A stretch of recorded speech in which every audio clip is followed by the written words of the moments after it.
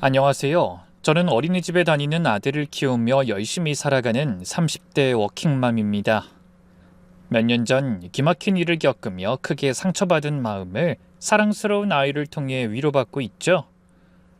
어려운 상황에 기적적으로 찾아와준 아들은 저를 위기에서 구원해준 은인이자 제가 살아가는 이유입니다. 만약 아이를 갖지 못했다면 까맣게 모르고 살았을 끔찍한 일이 뜻밖의 임신을 계기로 밝혀지게 됐거든요.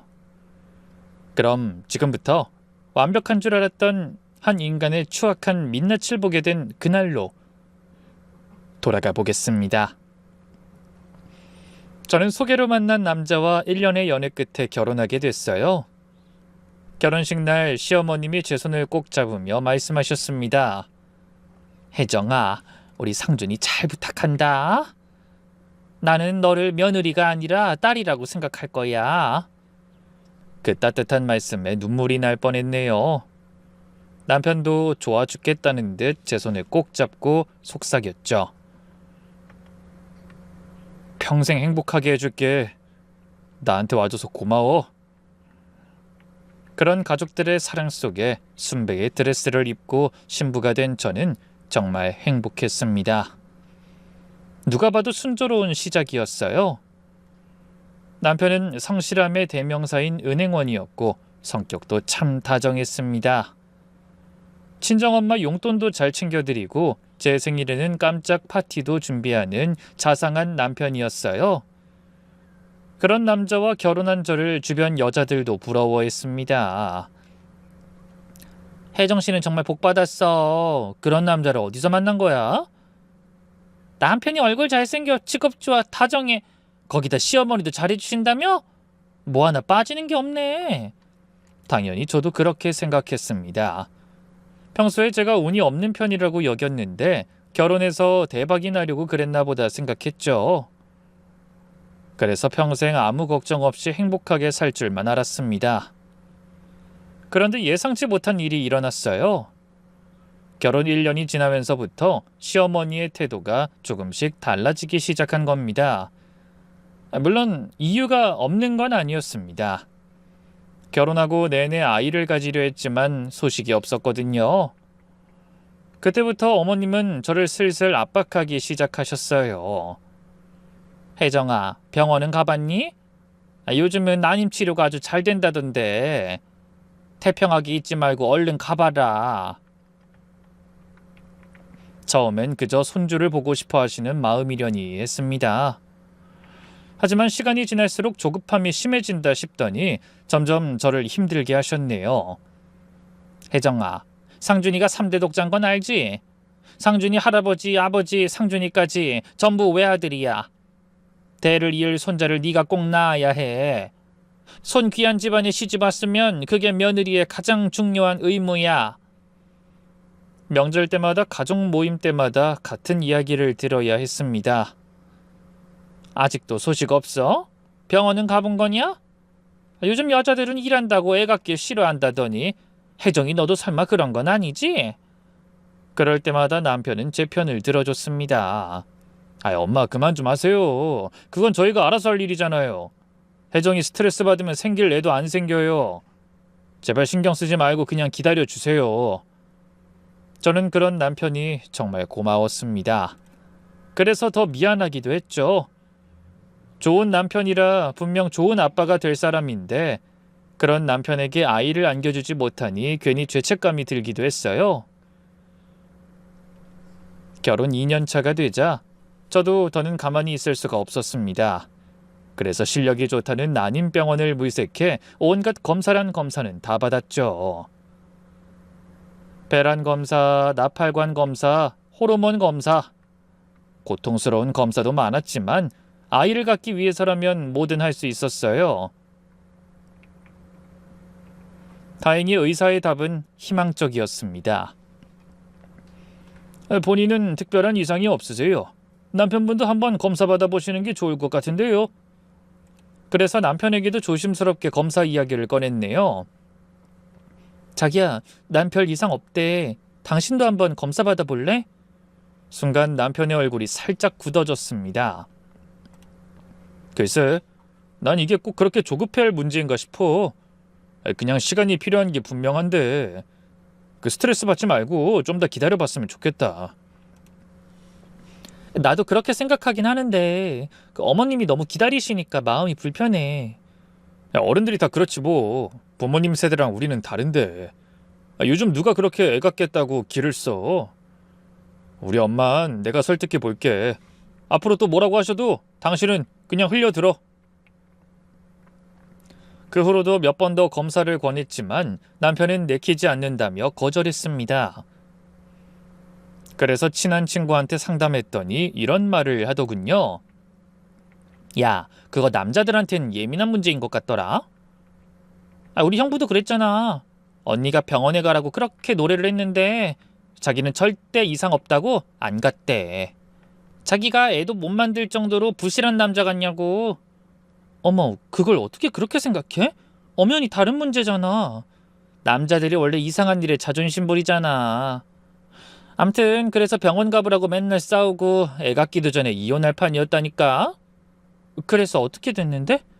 뭐 병원 안 가고도 1년 더 기다리니 생기긴 하더라. 형부 말이 맞았던 거지. 그러니까 너도 너무 스트레스 받지 말고 기다려보는 게 어때? 괜히 애 갖겠다고 잔소리하다 멀쩡한 부부 사이 망칠 수도 있잖아. 그 말을 들으니 남편도 자존심이 상한 건가 싶어 더는 강요하지 못하겠더라고요. 그러던 어느 날 시어머니가 저를 불러내셨어요. 집으로 오셔도 되는데 밖으로 따로 부르시는 게 의외였죠. 아니나 다를까 카페에서 만난 어머님의 표정은 심상치 않았습니다.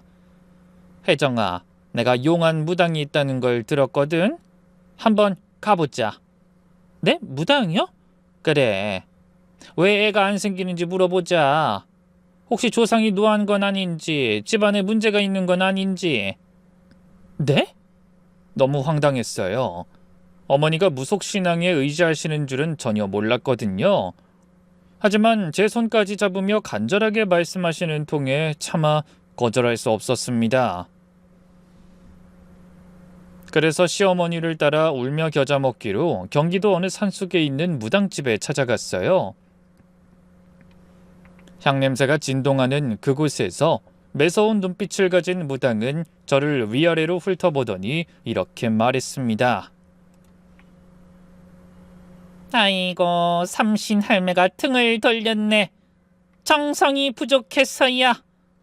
그러고는 굿을 해야 한다고 했어요. 저는 놀라서 입을 떡 벌렸죠. 상상을 초월하는 굿 가격도 그렇지만 시어머니가 전혀 고민 없이 그러겠다고 하시는 걸 보고 기겁했습니다. 무당은 신중하게 나를 잡더니 굿하기 전까지 몸을 정갈하게 하고 조심해야 한다며 주의사항을 늘어놓더군요. 어머님은 그런 무당의 말을 들으며 기대에 차서 눈을 빛내셨어요. 저는 그 모습에 화가 난다기보단 무서웠습니다. 어머님의 집착이 짜증을 넘어 공포로 다가온 거죠. 그날 어머님은 집으로 돌아가며 이런 말씀을 꺼내셨어요. 괜히 상준이한테 쓸데없는 말 하지 말고 혼자만 알고 있어라. 조용히 휴가 내고 오면 모를 테니까. 어머니도 아들이 굿 얘기를 들으면 가만히 있지 않을 거라는 건 아시는 눈치였죠. 그래서 하는 수 없이 거짓말을 해야 했습니다. 남편은 평소에 순하고 착한 아들이지만 제 일이라면 어머님께 싫은 소리도 마다하지 않았거든요. 그러니 집안에 분란 일으키지 않으려면 조용히 입 다물고 저 혼자 알고 있는 게 좋을 것 같았어요. 며칠 후 약속대로 저는 휴가를 내고 어머니와 함께 굿을 하러 가야 했죠.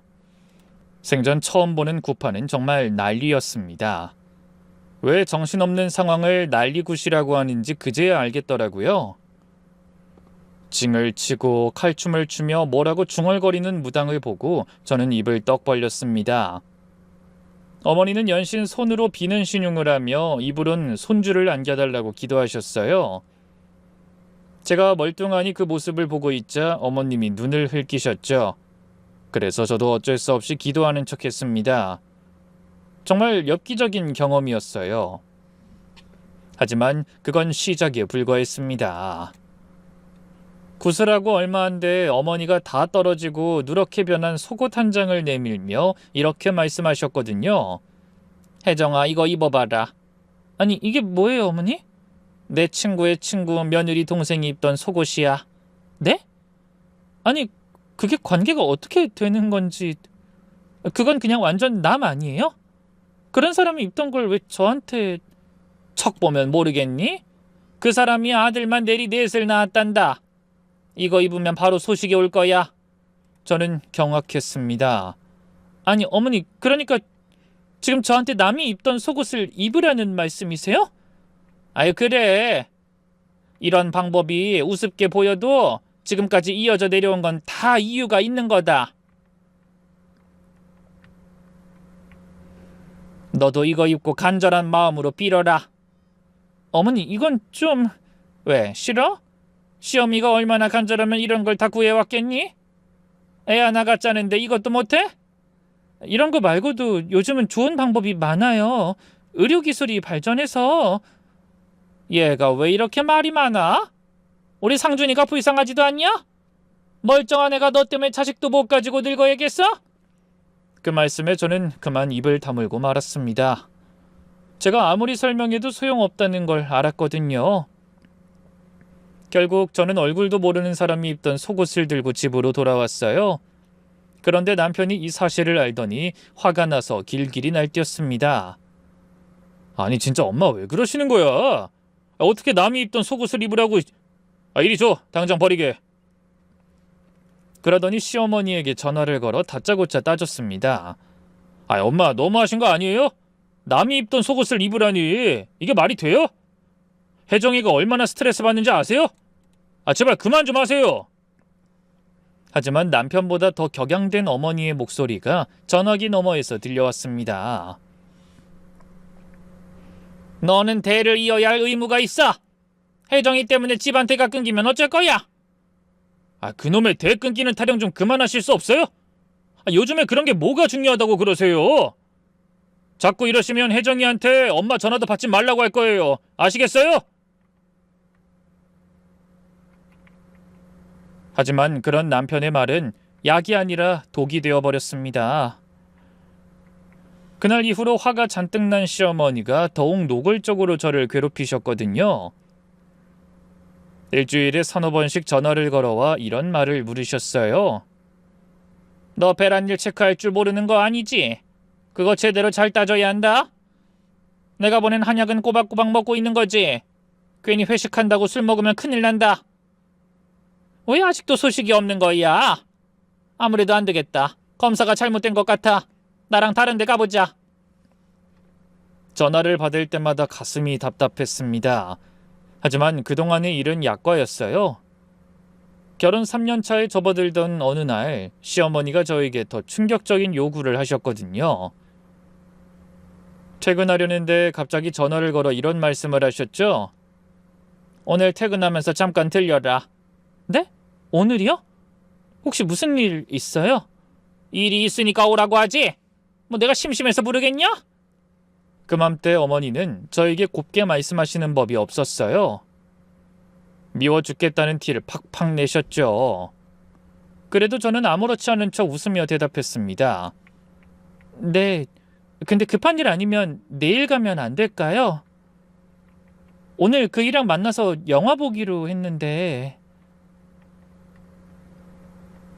제 말에 어머니에게서 불호령이 떨어졌어요. 뭐야? 너희가 지금 속 편하게 영화나 보고 있을 상황이냐? 말 같지도 않은 소리 집어치우고 당장 집으로 와! 네, 알겠습니다. 참, 그리고 상준이는 모르게 해야 한다. 뭐 회사에 급한 일 생겨서 약속 못 지킨다고 해. 이번에도 괜히 쓸데없는 소리 나불거려서 원망 듣게 해봐. 가만 안 둬. 네, 금방 갈게요. 이딴 속 하시는 걸 보니 또 뭔가 무리한 요구를 하시려는 것 같아 걱정이 앞섰어요. 그렇다고 어머니의 말씀을 무시할 수는 없었죠. 그래서 한숨을 쉬며 시댁으로 갔더니 어머니가 소파에 앉아 팔짱을 끼고 기다리고 계셨습니다. 어머니, 저 왔어요. 그래, 얼른 와서 저거나 읽어봐라. 그러면서 턱으로 테이블을 가리키셨네요. 그 위에는 각서라고 쓰인 서류 한 장이 놓여 있었습니다. 본인 이혜정은 결혼 3년이 넘도록 자녀를 출산하지 못했음을 인정하고 향후 6개월 이내에 임신하지 못할 경우 스스로 이혼에 응하며 어떠한 위자료도 요구하지 않을 것을 약속합니다. 믿을 수 없는 각서의 내용을 본 저는 눈을 동그랗게 뜨고 시어머니를 바라봤습니다.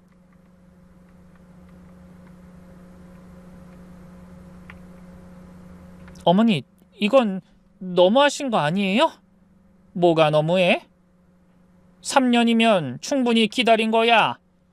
6개월 더 주는 것도 그동안의 정을 봐서 많이 양보한 거다. 말도 안 돼요. 애 안 생긴다고 멀쩡히 잘 사는 사람들더러 이혼하라뇨. 넌 지금 그게 잘 사는 것 같냐? 남녀가 결혼했으면 당연히 자식을 낳아야 그게 잘 사는 거지. 너 때문에 주변에 우리 집안 체면이 말이 아니야. 괜히 남들 입방아에 오르내리는 것도 창피하고 아들이랑 싸우는 것도 지친다. 이제 그만하자. 너무 황당하니 눈물도 나지 않았어요. 저는 분노가 가득 담긴 목소리로 시어머니에게 따지듯이 물었습니다. 그이는 어머님이 이러시는 거 전혀 모르는 거죠? 상준이한테 말하지 마. 이건 너랑 나랑 둘이 알아서 할 일이다. 그게 무슨 말씀이세요? 부부 사이 일은 저희 둘이 알아서 하는 거죠. 그동안 제가 진짜 잘못했다고 생각해서 참은 줄 아세요? 천만에요. 그이 때문에 그이 부모님이니까 참은 거라고요. 아니 이게 어디 시어미한테 눈을 똑바로 뜨고 너 지금 나한테 대들기라도 하겠다는 거야? 네가 뭘 잘했다고 큰 소리야? 멀쩡한 남의 아들 자식도 없이 늙어가게 만들어 놓고 뻔뻔해도 정도가 있어야지. 정도요? 어머님이 그런 말씀하실 입장이세요? 먼저 선 넘으신 건 어머님이에요. 오늘 일은 절대로 그냥 못 넘어가요. 전 그대로 가방을 들고 시댁을 나왔어요.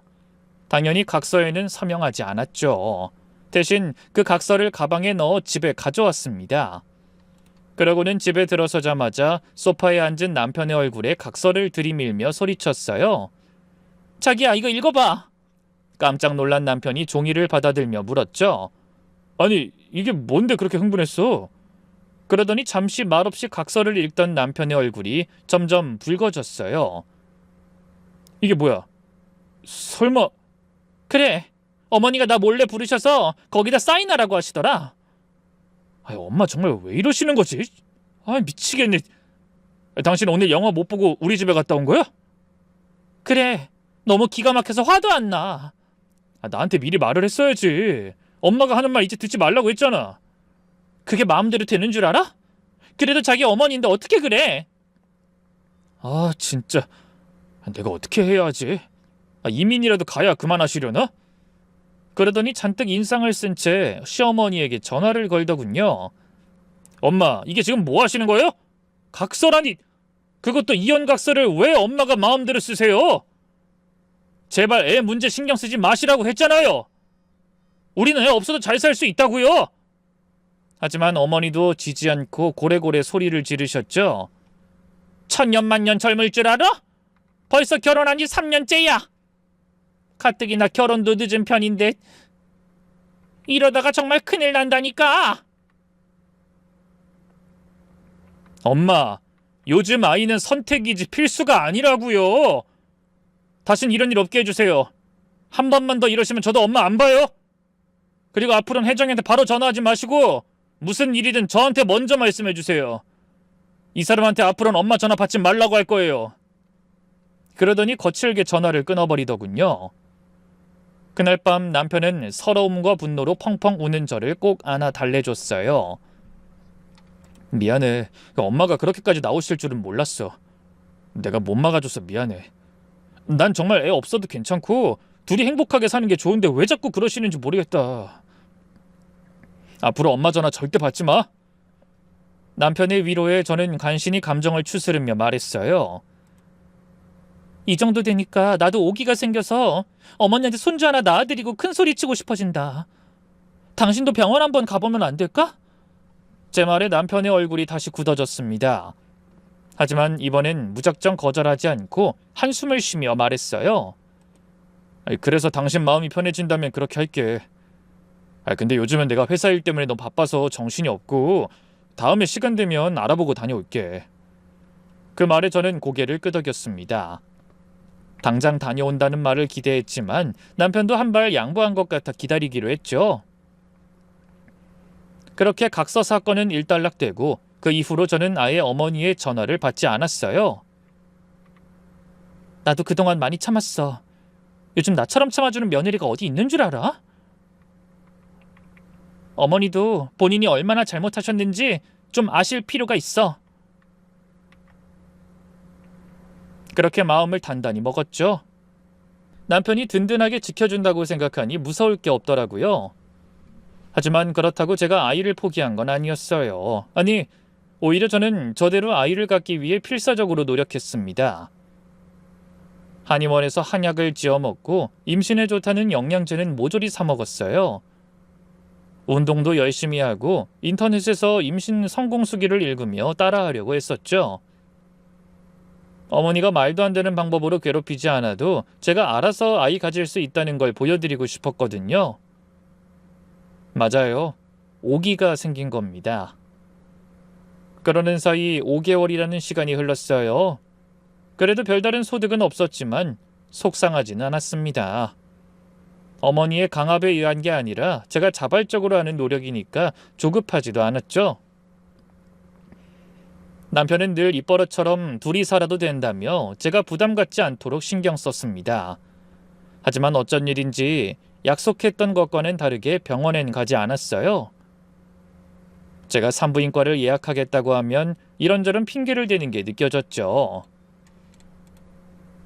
어지간히도 가기 싫은가 보다 하는 생각이 들어 저도 더는 재촉하지 않았어요. 싫다는 남편을 억지로 검사받게 하면 저도 시어머니와 똑같은 사람이 되는 것 같았거든요. 하지만 얼마 후에 저는 남편이 왜 그토록 병원 검사를 미뤄왔는지 그 놀라운 진실을 알게 됐습니다. 그날도 여느 날과 다름없는 정신없는 하루였어요. 중요한 회의가 있는 날이라 오전부터 신경이 좀 곤두서긴 했습니다. 그런데 점심시간이 다가올 때 갑자기 현기증이 느껴졌어요. 그날따라 몸이 무겁고 입맛도 없어 감기가 오는 모양이라고 생각했죠. 스트레스 때문인가? 별로 대수롭지 않게 생각하고 잠시 쉬려는데 갑자기 눈앞이 캄캄해졌습니다. 정신을 차려보니 회사 동료들이 저를 둘러싸고 있었죠. 혜정씨 정신 차려요. 과장님이 차 빼러 가셨어요. 조금만 기다려요. 다행히 직원들의 도움으로 회사 근처 응급실에 가게 됐어요. 그리고 한참 후에 힘겹게 눈을 떴을 때는 팔에 꽂힌 링거줄이 보였습니다. 그때 누군가 커튼을 열고 들어오며 부르는 소리가 들렸어요. 정신이 드세요? 네, 제가 왜...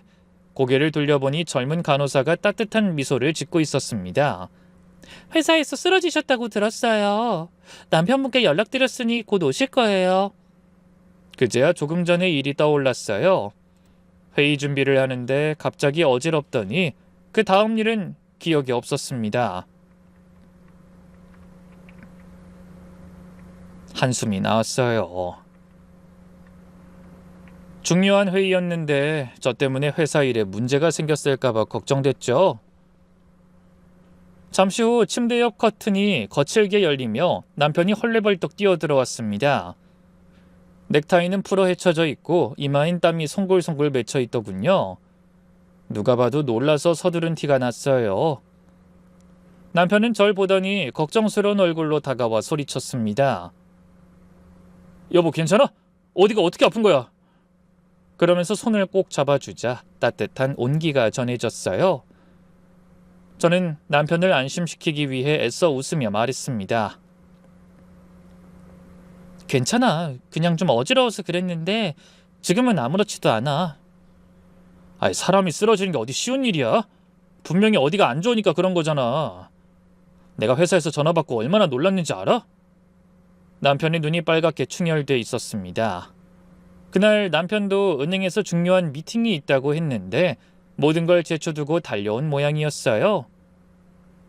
저는 걱정스러운 마음에 물었죠. 정말 괜찮은데. 근데 당신 오늘 미팅 있다고 하지 않았어? 중요한 일이라며. 큰 대출건이 있어서 약속이 있었는데 다 취소하고 왔어. 지점장님이 뭐라고 하시든 상관없었어. 당신이 제일 중요하니까. 저는 깜짝 놀라서 소리쳤습니다. 미안해. 나 때문에 그렇게 중요한 일에 피해나 주고.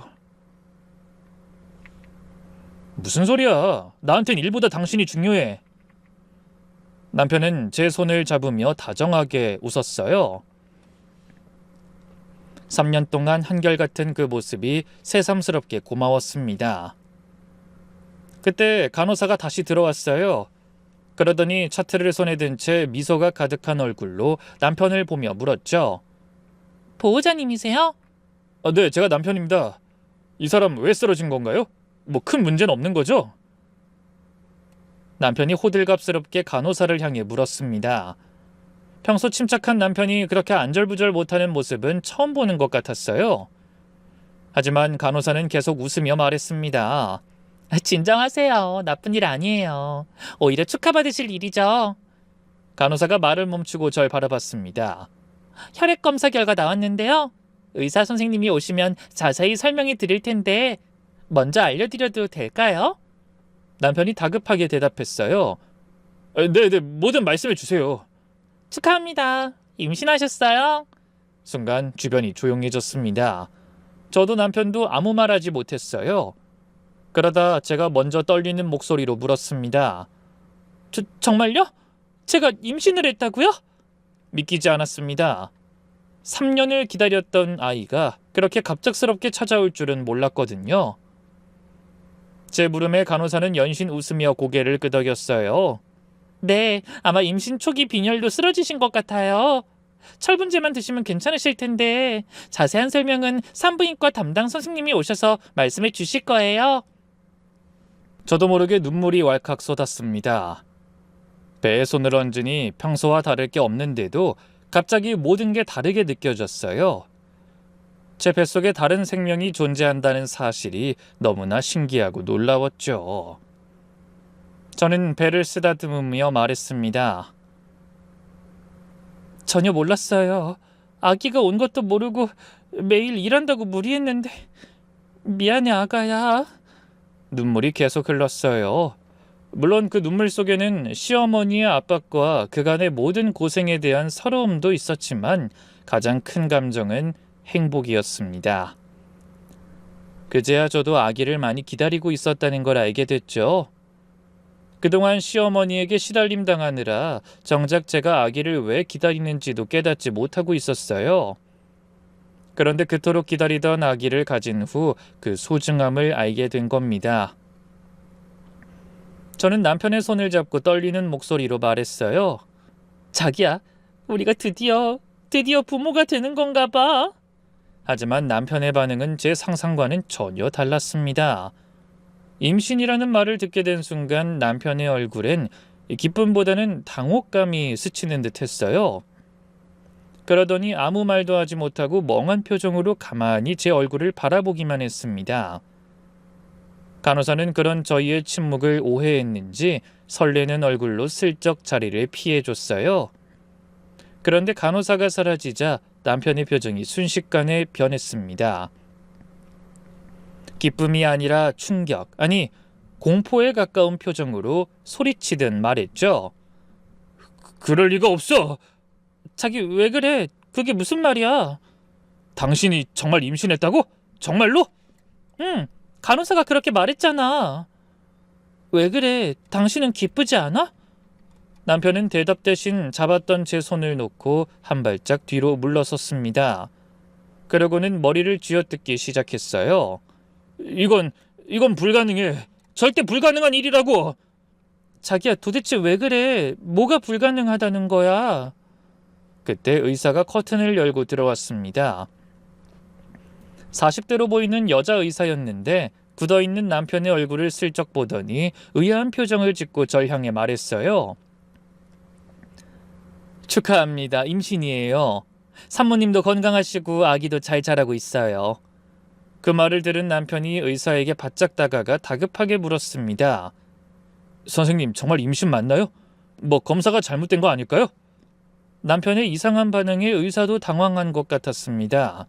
네? 아니, 그럴 린 없어요. 뭐 초음파를 해봐야 정확한 예정일을 알 수 있겠지만 혈액 수치상으로는 임신이 확실합니다. 혹시 원치 않는 임신인가요? 그 말에 제가 얼른 대답했어요. 아니에요. 저흰 3년 동안 아기를 기다렸어요. 남편의 이상한 반응에 의사가 오해할까봐 마음이 급했죠. 그 뒤로 의사는 여러 가지 주의사항을 설명해주고 커튼 밖으로 사라졌습니다. 다시 저와 남편 둘만 남게 됐어요. 그런데 그 순간 남편이 생각지도 못한 행동으로 저를 기함하게 했습니다. 화가 난 듯 벌겋게 달아오른 얼굴로 다가오더니 갑자기 제 머리채를 거칠게 잡았거든요. 저는 너무 놀라서 목소리도 크게 내지 못하고 더듬거리며 말했어요. 자기야, 지금 뭐 하는 거야? 도대체 왜 이래? 그러자 남편은 성난 짐승처럼 이를 갈며 으르렁거렸죠. 야, 니년이 바람 피운 거 모를 줄 알고? 더러운 입으로 어디 감히 자기라는 말을 짓거려? 너 도대체 어떤 놈의 애를 가지고 내 애라고 우기는 거야? 저는 귀를 의심했습니다. 남편의 입에서 쏟아져 나온 말이라고는 도저히 믿을 수 없는 말이었어요. 뭐라고? 지금 뭐라고 했어? 3년 동안 안 생기던 애가 어떻게 갑자기 생겨? 넌 이게 말이 된다고 생각해? 억지도 정도껏 부려야지. 자기 지금 제정신이야? 도대체 무슨 소리라는 거야? 저는 남편의 손을 뿌리치며 소리쳤습니다. 정말 상상조차 할 수 없는 일이 일어난 겁니다. 그토록 다정했던 남편이 돌변해 저의 부정을 의심하고 있었어요. 제가 아무리 펄쩍 뛰어도 눈이 돌아버린 남편은 계속 미친 듯이 외쳤습니다. 누구야? 뭐 회사 놈이야? 아니면 헬스장 트레이너? 빨리 사실대로 말해. 미쳤어? 내가 왜 바람을 피워? 3년 동안 당신 아이 갖겠다고 그 고생을 했는데. 그러니까 더 이상해. 그동안 안 생기던 애가 어떻게 갑자기 생기냐고. 말이 돼? 남편은 완전히 이성을 잃은 것 같았습니다. 눈이 충혈되고 목에 핏대가 서 있었죠. 여보, 제발 정신 차려. 이건 우리 아기야. 당신 아기라고. 거짓말하지 마. 내 아기일 리 없어. 바로 그 순간 남편이 폭탄 선언을 했습니다. 난 아이를 가질 수 없는 몸이라고. 뭘 알고 짓거려?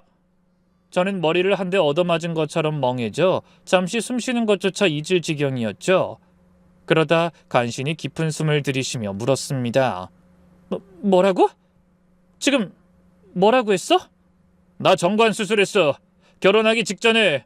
벌써 3년도 더 됐다고. 정관 수술이라니 생각지도 못한 일이었습니다. 너무 놀라서 심장이 얼어붙는 것 같았어요. 그게 무슨 정관 수술이라니? 그럼 아이 못 갖게 하는 그 수술 말하는 거야? 그래. 근데 네가 무슨 수로 내 애를 가져? 그게 말이 되는 소리야? 당신이 왜 그런 수술을 해? 뭐 때문에? 더구나 결혼을 앞두고. 저는 어리 빠진 사람처럼 초점을 잃은 눈으로 물었습니다. 남편은 괴로운 듯 손으로 얼굴을 감싸며 대답했어요. 결혼할 건데 만약에 다른 여자가 내 애를 가지면 골치 아파지잖아. 그래서 아예 문제 생길 일 없게 하려고 그랬어. 다 우리 결혼 생활을 위한 선택이었다고. 그게 무슨 소리야? 다른 여자가 왜 당신 애를 갖는데? 혹시 당신 바람 피우고 있었던 거야? 제가 손을 덜덜 떨며 묻자 남편이 펄쩍 뛰며 소리쳤습니다. 그런 거 아니야. 그럼 뭐야? 왜 다른 여자가 당신 애를 가질까봐 걱정하는데? 그러자 남편이 정색하며 대답했어요. 딴 놈 애를 가진 주제에 네가 지금 그런 걸 따질 주제가 된다고 생각하냐? 그래, 나 결혼 전부터 여자 많이 만났다. 그래도 바람은 아니야. 그냥 인터넷 채팅으로 만나서 하룻밤 즐기는 게 다였어. 2번 만난 적도 거의 없다고? 그래도 혹시 그러다 그 여자들이 임신이라도 하면 큰일 나니까 그냥 수술해버린 거지. 아무 문제 없이 뒤처리 완벽하게 하려고. 너무 놀라서 입을 틀어막았어요. 3년 동안 제가 시어머니의 모진 구박을 견디며 임신하려고 발버둥 치는 동안, 아니, 그것보다 훨씬 전부터 남편은 저 모르게 수많은 여자를 만나왔던 겁니다. 그러다 여자가 임신이라도 할까봐 수술했답니다. 그것도 결혼 직전에. 그렇다면 남편은 저와 결혼하면서도 그 버릇을 고칠 생각이 전혀 없었다는 결론이 나더군요. 소름이 끼치고 구역질이 올라왔어요. 미친 거 아니야? 그런 짓을 해놓고 바람이 아니라고? 당연하지. 그건 그냥 취미생활 같은 거야. 한번 즐기는 것뿐이라고. 너무 기가 막혀서 사람이 죽을 수도 있겠다는 생각이 들었어요. 어떻게 뻔뻔해도 그렇게 뻔뻔할 수가 있을까요?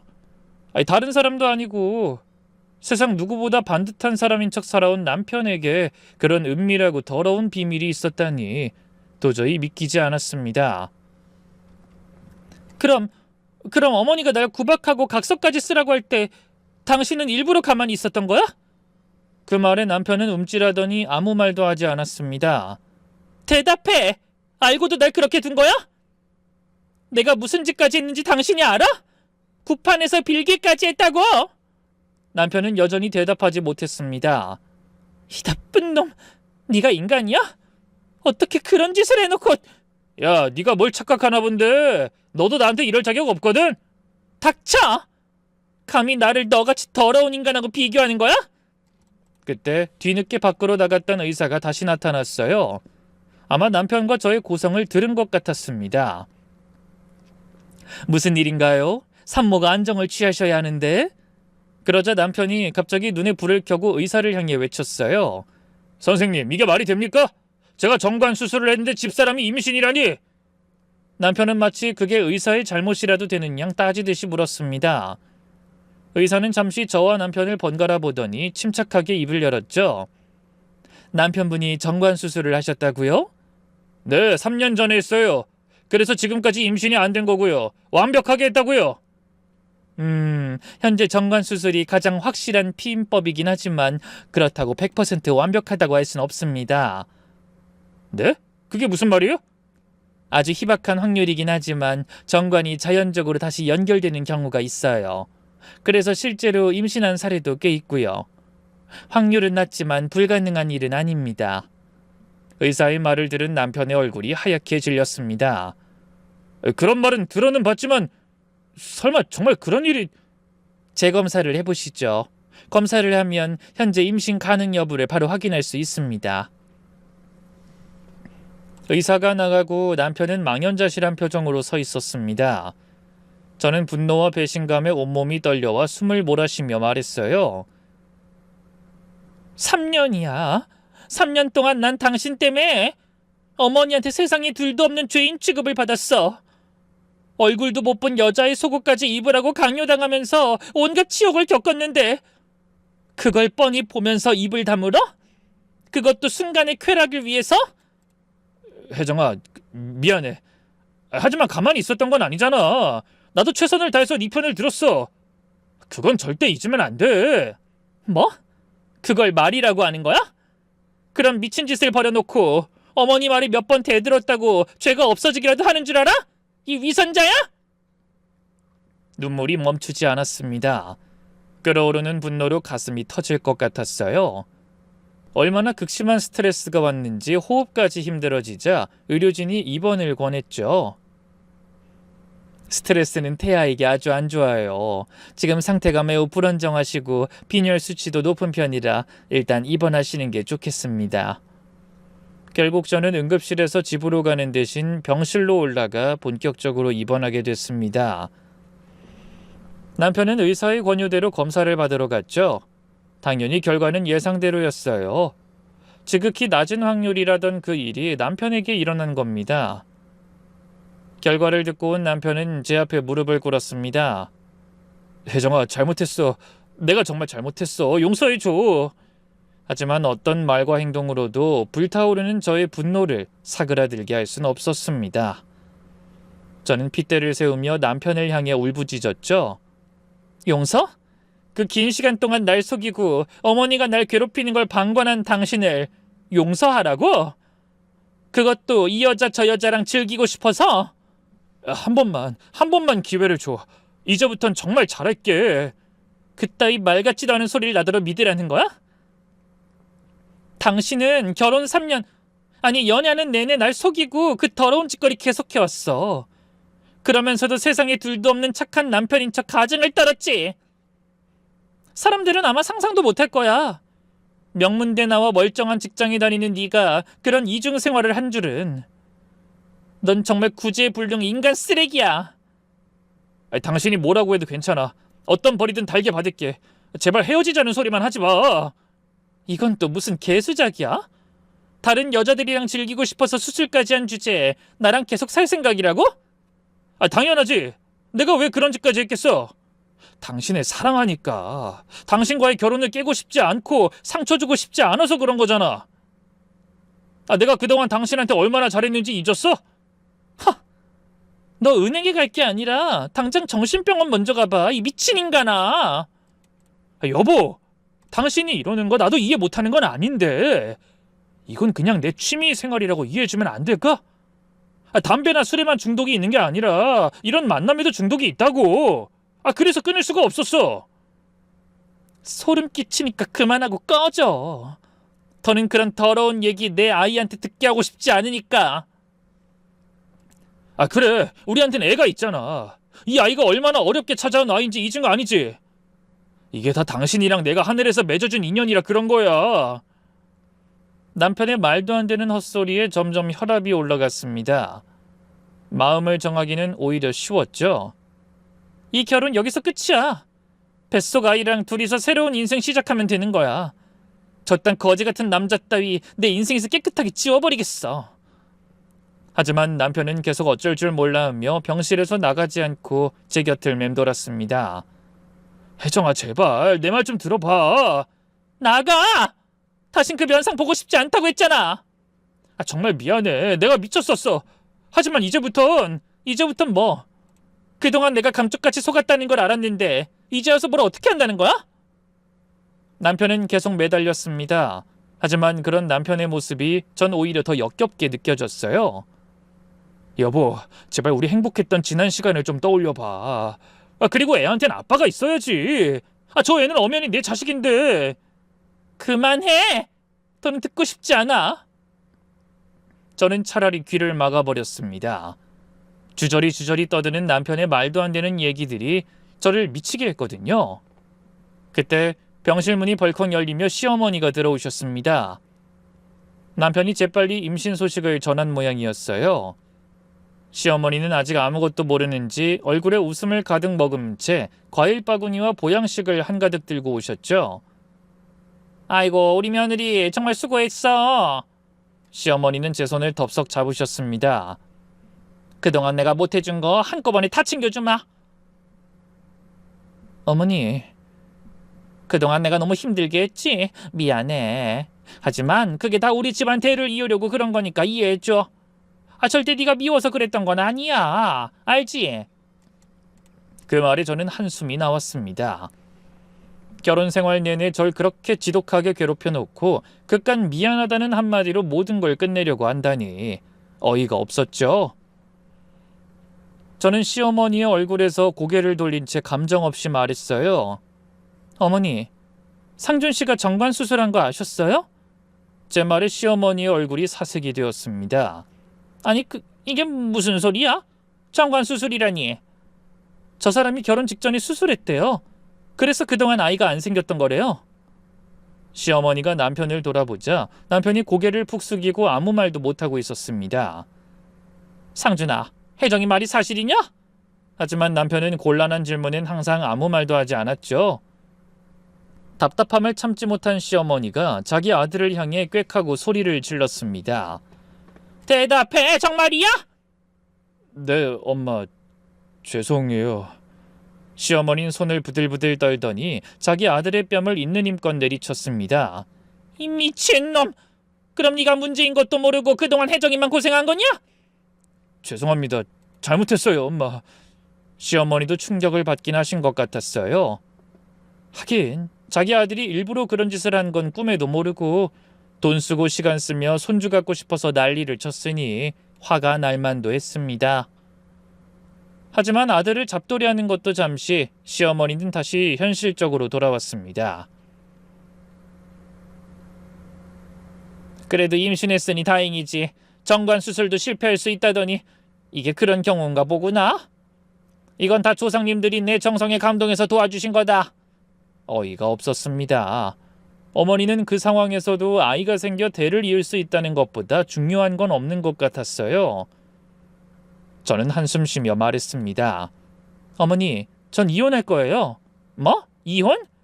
시어머니는 남편과 똑같은 말씀을 하시더군요. 임신했는데 이혼이라니? 그게 무슨 말도 안 되는 소리야?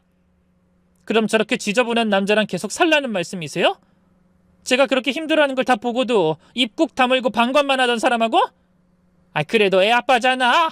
아이한테는 아빠가 필요하다. 아니요. 저런 쓰레기 같은 아빠는 차라리 없는 게 나아요. 애는 저 혼자서도 얼마든지 잘 키울 수 있다고요. 제가 얼마나 단호하게 말했는지 시어머니가 당황해서 주춤하셨죠. 그러더니 갑자기 말을 바꾸기 시작하셨습니다. 혜정아, 정말 미안하다. 내가 그동안 했던 일들 다 사과하마. 그리고 이 녀석이 했던 일들도 내가 대신 사과할게. 저는 코웃음을 치며 말했습니다. 어머니, 그간의 제 고통을 그딴 말 한마디로 보상할 수 있다고 생각하시는 건가요? 그딴 거 다 필요 없어요. 전 이혼만 하면 됩니다. 아니 혜정아, 이건 감정적으로 나올 일이 아니다. 잘 생각해봐라. 현실적으로 애를 네가 혼자 키운다는 게 말이 되니? 그리고 걔가 얼마나 귀한 앤데 우리가 눈 뜨고 너한테 넘겨줄 것 같아? 괜한 고집 부리지 말고 상준이도 이제 후회하는 것 같으니 애 생각해서 그냥 계속 살아라. 이혼이 뭐 말처럼 쉬운 건 줄 알아? 그래도 제가 말이 없자 자기 아들의 멱살을 잡더니 침대 앞으로 끌고 와 말했죠. 분이 안 풀리거든 이 녀석 마음껏 때리거라.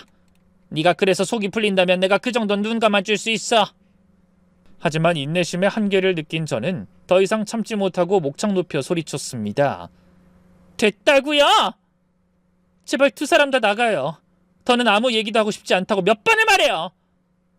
제 외침을 들은 간호사가 뭔가 눈치를 챘는지 침대에 절대 안정이라는 팻말을 걸고 남편과 시어머니를 거의 반강제로 내보내줬어요.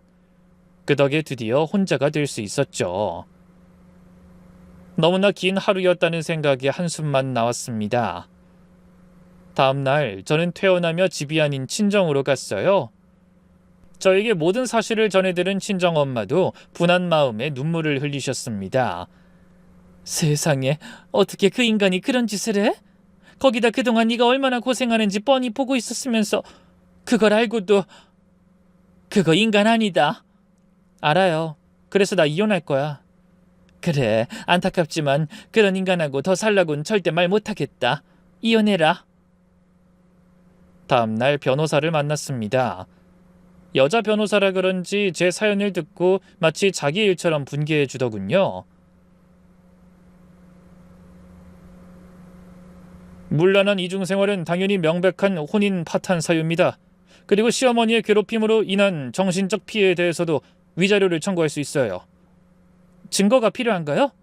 시어머니가 임신을 강요하며 보내신 문자와 각서 같은 게 다 증거가 되는데 다행히 가지고 있다고 하셨죠? 그리고 남편분이 잘못 인정하며 사과한 문자도 있으니 모든 면에서 유리합니다. 그렇게 저는 이미 이혼 준비에 들어갔는데 남편은 계속 정신을 못 차리는지 전화로 우는 소리를 했습니다. 혜정아, 제발 딱 한 번만 만나자. 얘기 좀 해. 부탁이야. 당신이랑 할 얘기 없어. 곧 이혼 소장 갈 거니까 이런 전화할 시간에 당신도 준비하고 있어. 위자료랑 양육비도 최대한 받아낼 거니까. 혜정아, 제발. 아이를 생각해서라도. 아이를 생각하면 더더욱 이혼해야지. 너 같은 아빠 밑에서 뭘 배우고 자라겠어? 난 귀한 내 자식 앞길 망치고 싶지 않거든? 그러자 며칠 후 똥줄이 제대로 탔는지 남편과 시어머니가 저희 친정으로 찾아왔습니다. 집안에 들이기 싫어 대문 밖으로 나갔더니 시어머니가 갑자기 맨바닥에 무릎을 꿇으며 매달리셨어요. 혜정아, 내가 잘못했다. 그동안 괴롭힌 거 내가 이렇게 빌어서라도 사과하마. 그러더니 손으로 비는 신용까지 하더군요. 다 필요 없어요. 그까지 사과받아서 뭐예요? 그런다고 지난 시간이 돌아오나요? 안 돼. 제발. 설마 나더러 손주도 못 보고 죽으란 말은 아니지? 시어머니는 울고불고 난리를 쳤지만 저는 단호했습니다. 동네 창피하게 이러지 마시고 제발 가세요.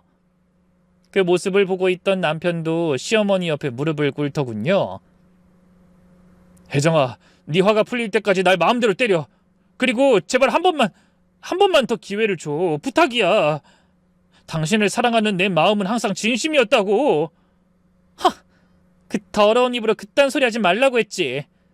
너같이 개도 안 물어갈 추잡한 인간이 떠드는 소리에 내가 감동이라도 받을 것 같아? 한 번만 더 찾아오면 아예 접근 금지도 신청할 테니까 그런 줄 알아.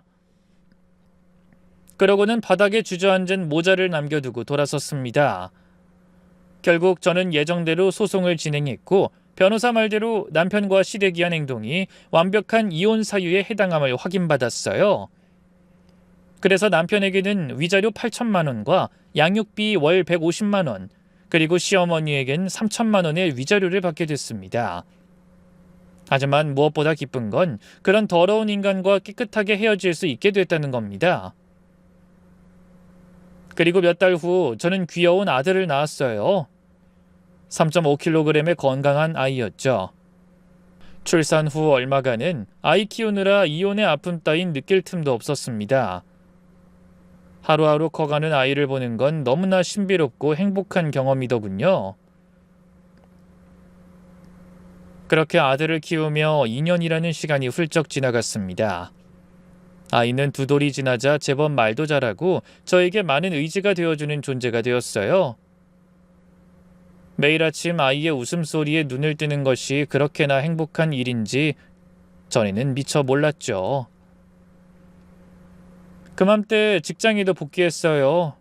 회사에서도 제 사정을 알고 많이 배려해 주셨고 친정엄마가 낮에 아이를 봐주셔서 큰 어려움 없이 일과 육아를 병행할 수 있었습니다. 그러던 어느 날 뜻밖의 방문객이 찾아왔어요.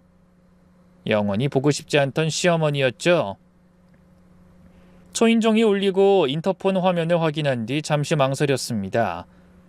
몇 년 만에 보는 시어머니는 완전히 다른 사람이 되어 있었어요. 염색도 하지 못했는지 머리는 백발이 되어 있었고 얼굴도 초췌하더군요. 혜정아, 나야. 잠깐만 얼굴 좀 보자. 저는 밖으로 나가 상대와 눈도 마주치지 않고 말했습니다. 무슨 일이세요? 잘 지냈니? 아이는 건강하고? 네, 잘 크고 있어요. 근데 오신 이유가 뭐예요? 저기, 이런 말 어떨지 모르지만 양육비를 몇 달 못 보낼 것 같다. 그게 무슨 말씀이세요? 왜요? 사실은 상준이가 많이 다쳤어. 그동안 대리운전하고 있었는데 무리해서 일하다 사고가 났다. 지금 중환자실에 있어. 아직 정신을 못 차리고 있어서 앞으로 어떻게 될지. 그 말을 하며 시어머니가 눈물을 펑펑 흘렸어요. 뜻밖의 소식이었습니다. 멀쩡히 회사 잘 다니는 줄 알았는데 갑자기 은행 다니던 사람이 대리운전이라니 황당했죠. 아니 그게 무슨... 상준 씨 회사 그만뒀어요? 그게... 시어머니에게서 전해들은 남편의 소식은 정말 뜻밖이었습니다. 남편은 저와 헤어지고도 그 버릇을 고치지 못하고 또 이 여자 저 여자 신나게 만난 모양이더군요. 그러다 미혼이라고 속인 유부녀와 잘못 엮여 그 남편에게 상간남으로 고소를 당했답니다. 그 일이 은행에도 퍼져 결국 회사까지 그만뒀다고 하더군요. 저에게 줄 위자료와 양육비를 벌어야 하는데 회사도 그만두고 상간소송 위자료까지 내야 하는 상황이 된 겁니다. 물론 중소기업에 재취업하긴 했지만 워낙 박봉이라 퇴근 후에 대리운전까지 뛰다가 사고를 당했다는 거죠. 하지만 저는 그런 전 남편이 조금도 안쓰럽지 않았어요. 자업자득이라는 생각만 들더라고요. 그런데 그 말을 하는 시어머니의 얼굴이 너무 안 좋아 무심코 물었습니다. 그 사람은 그 사람이고 어머니 얼굴은 왜 이렇게 안 좋으세요? 어디 편찮으신 거 아니에요? 그래, 우리가 너한테 잘못한 벌을 아주 제대로 받나 보다. 그 뒤로 시어머니의 입에서 나온 말에 저는 또 한 번 말문이 막혔습니다. 시어머니는 몇 달 전 위암 판정을 받고 수술했다고 하더군요. 그런데 아들이 입원하는 바람에 아픈 몸을 이끌고 병원을 드나들며 병수발을 하는 모양이었어요. 전 남편에 이어 시어머니까지 병원 신세를 졌다고 하니 그땐 좀 씁쓸한 기분이 들었습니다. 그래서 한숨을 쉬며 이렇게 말했죠. 알겠어요. 당분간 그렇게 알고 있을게요. 빨리 좋아지길 바래요. 그래, 고맙다. 저기 혹시 그 아이 한 번만 보고 갈 수 있을까? 지금 자고 있어요. 그동안은 애가 너무 어리니 저랑 떨어질 수 없어서 못 만난 거지. 나중에 애만 따로 볼 수 있는 나이가 되면 보내드릴게요. 걱정하지 마세요. 오냐, 여러 가지로 미안하고 고맙다. 그러더니 어깨를 축 늘어뜨린 채 돌아갔습니다. 시어머니는 외모뿐 아니라 성격까지 딴 사람이 된 것 같았어요.